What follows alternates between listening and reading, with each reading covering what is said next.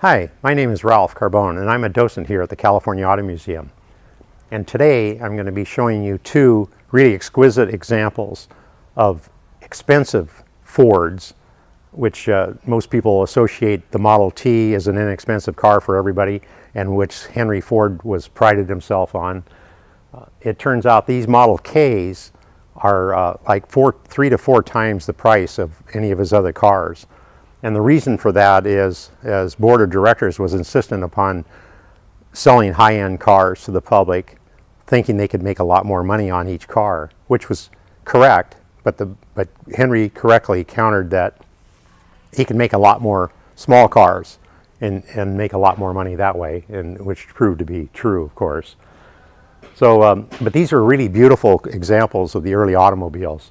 This is a 1906 Model K, and I'll be showing you the 1907 behind me. But this is a touring car, which meant it was designed with really nice leather seats, lots of room for the family to literally tour the countryside in.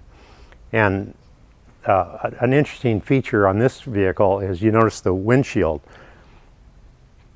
It's vertical, although the top half can fold down for airflow.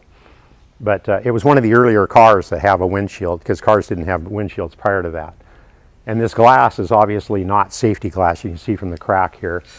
But they figured out pretty quickly that you can't have a vertical windshield, because at nighttime the headlights would blind you. So they sloped them after that.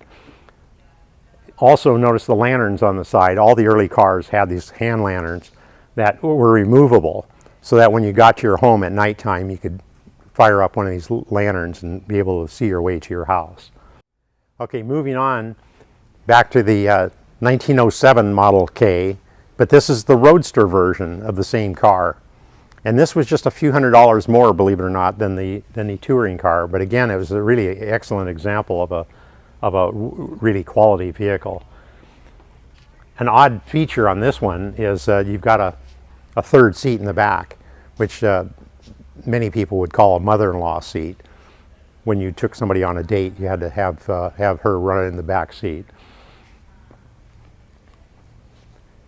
So anyway, these are great examples of pretty expensive cars that could be purchased back in those days. But we're looking forward to telling you many more stories around the museum, and we're looking forward to hearing yours.